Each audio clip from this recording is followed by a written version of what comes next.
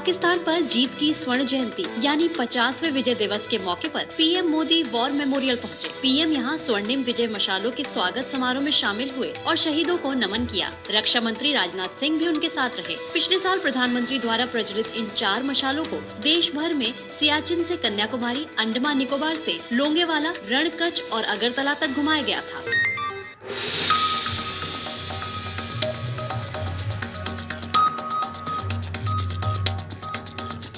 केंद्र सरकार ने लड़कियों की शादी की कानूनी उम्र 18 से बढ़ाकर 21 साल करने के प्रस्ताव को मंजूरी दे दी है। बुधवार को हुई कैबिनेट की बैठक में इस प्रस्ताव को हरी झंडी दिखाई गई। बॉलीवुड के स्टार कपल कैटरीना कैफ और विकी कौशल हनीमून के बाद मुंबई वापस लौट आए हैं। रिपोर्ट्स के अनुसार विकी कौशल और कैटरीना कैफ का वेडिंग रिसेप्शन 20 दिसंबर को है। मुंबई के JW मैरियट होटल में Vicky Kat grand reception party देंगे। खबरों की माने तो विकी कौशल और कैटरीना कैफ के वेडिंग रिसेप्शन में सलमान खान, आमिर खान, शाहरुख खान, रणबीर कपूर, अमिताभ बच्चन समेत कई बड़े स्टार शामिल होंगे। 16 और 17 दिसंबर को अगर आप बैंक में काम के सिलसिले में जाने वाले हैं तो जरा रुकिए। दरअसल बैंक यूनियंस ने इन 2 दिनों के लिए हड़ताल की कॉल दी है, यानी इन दोनों दिन बैंकों के कामकाज पर असर हो सकता है। बैंक कर्मचारियों की 9 यूनियनों की body United forum of bank unions ने इस हड़ताल का आह्वान किया है। इसके तहत करीबन 9 लाख बैंक कर्मचारी हैं। बैंक यूनियन ने यह हड़ताल निजीकरण के विरोध में बुलाई है। भारतीय स्टेट बैंक समेत बहुत से बैंकों ने पहले ही अपने ग्राहकों को अलर्ट मैसेज भेज दिया है। बैंकों ने अपने ग्राहकों को चेक क्लियरेंस और फंड ट्रांसफर जैसे बैंकिंग कार्यों पर असर के बारे में पहले से आगाह किया है।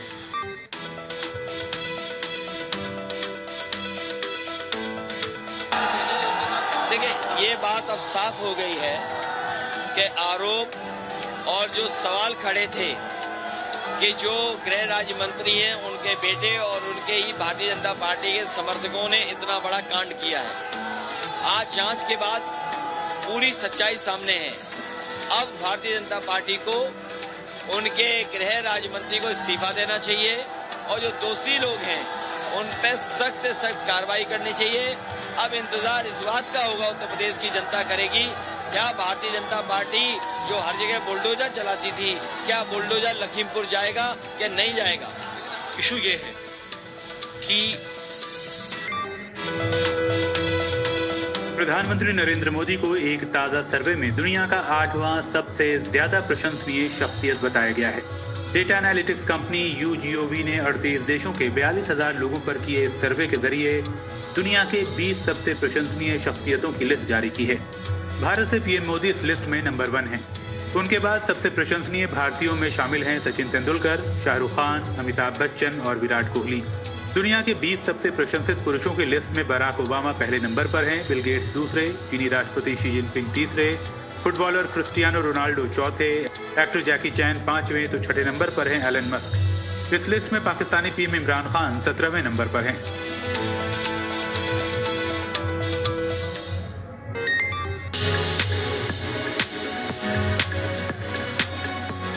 विराट कोहली से वनडे कप्तानी छीने जाने के बाद से खबर सामने आ रही थी कि रोहित और भारत टेस्ट कप्तान के बीच में सब कुछ ठीक नहीं है।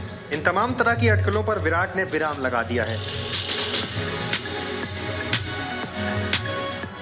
मेरे और रोहित के बीच में मैंने पहले भी ये कितनी बार एड्रेस किया आके कि हमारे बीच में कोई भी प्रॉब्लम नहीं है। और ऑनेस्टली मैं पिछले 2 या 2.5 साल से मैं इसको क्लैरिफाई करे जा रहा हूँ रेगुलरली और मैं थक चुका हूँ इस चीज़ को क्लैरिफाई कर करके, क्योंकि ये बार बार सवाल मुझसे पूछा जाता है।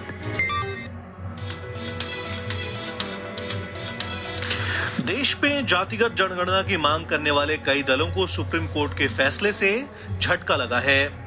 सुप्रीम कोर्ट ने कहा कि साल 2011 की जनगणना में सामने आए सामाजिक आर्थिक पिछड़ेपन के आंकड़े सार्वजनिक नहीं होंगे। अहम बात यह भी है कि कोर्ट ने केंद्र के जिस हलफनामे को स्वीकार किया है उसमें 2022 में भी जातीय जनगणना न करने की बात कही गई है।